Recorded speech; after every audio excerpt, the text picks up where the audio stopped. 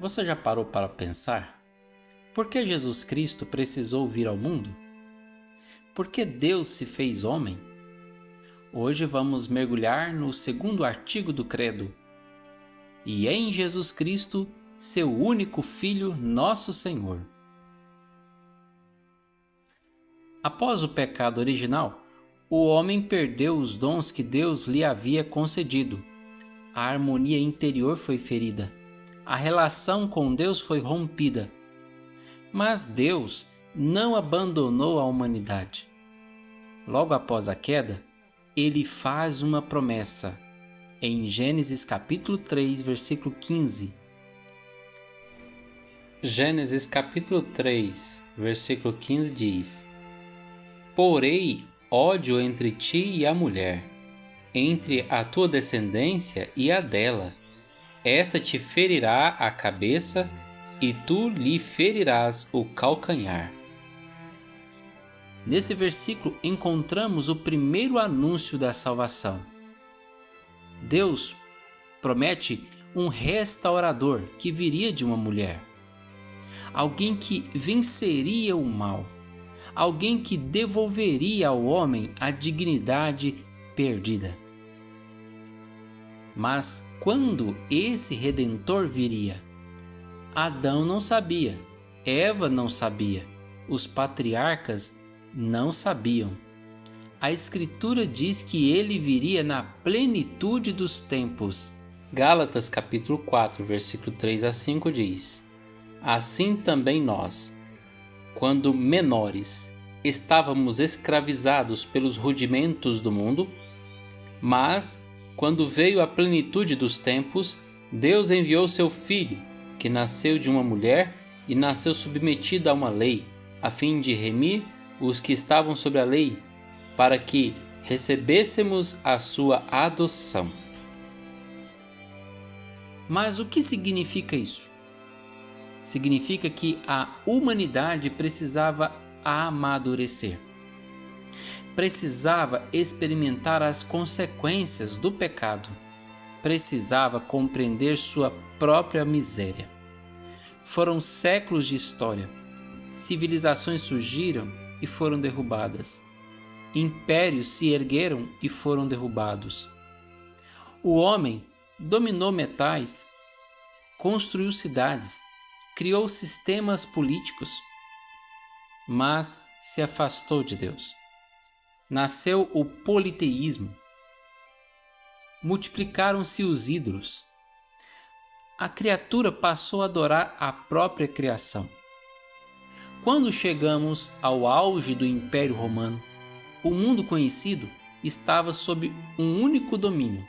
Roma reunia culturas, religiões e filosofias.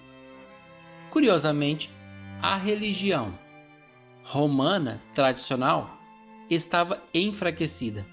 O coração humano estava vazio. Havia sede de sentido. E é nesse cenário que acontece o maior acontecimento da história. Jesus Cristo nasce. Não é apenas o nascimento de um homem, é a encarnação do Verbo Divino. Como diz o Evangelho de João, e o Verbo se fez carne.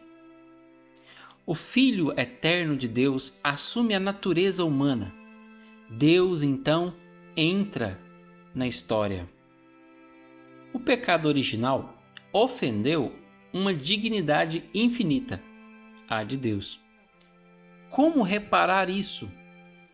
O homem é finito, limitado, incapaz de pagar uma dívida infinita.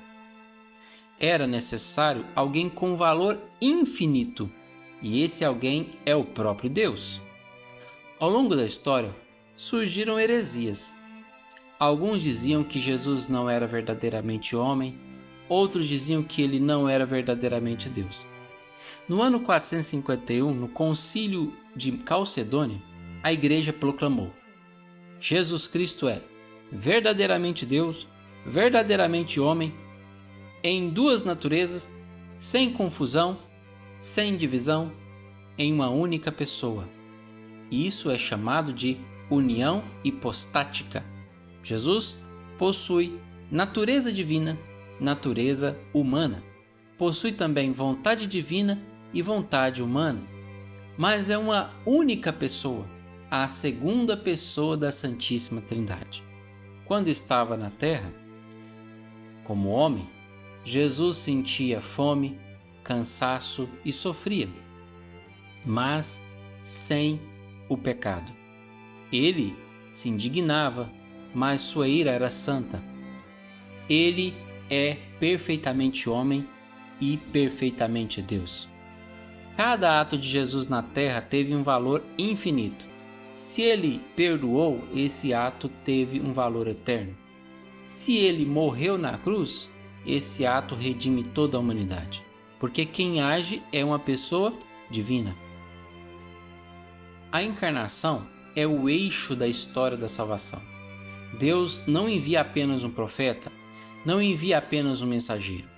Ele vem pessoalmente e oferece sua vida. A redenção é como uma vacina. Ela é capaz de salvar, mas precisa ser aplicada. Jesus conquistou a salvação para nós, mas cada pessoa precisa decidir acolher a salvação em sua vida por meio do batismo. E o batismo é o primeiro passo para uma vida cristã. Como Cristo ordenou: ide e batizai. Mateus 28, 19. No batismo, somos libertos do pecado original, o pecado de Adão e Eva. Além disso, nos tornamos, no batismo, filhos legítimos de Deus. Também recebemos o Espírito Santo. Não é apenas um símbolo, é uma transformação real que acontece em nossa alma e é um sinal indelével. Jesus é filho por natureza. Nós somos filhos por graça, mas essa filiação é um caminho, um processo de configuração a Cristo. Somos chamados à santidade, chamados a nos tornarmos semelhantes àquele que nos salvou. A encarnação revela o amor radical de Deus. Ele se humilhou, assumiu nossa carne, aceitou a cruz para nos dar a vida eterna, que agora está disponível a todos. Basta a pessoa querer. E agora a pergunta é: você já acolheu essa redenção? Você já vive como filho de Deus? Que este mistério nos leve à santidade, nos leve à conversão, que nos leve a amar a Deus sobre todas as coisas.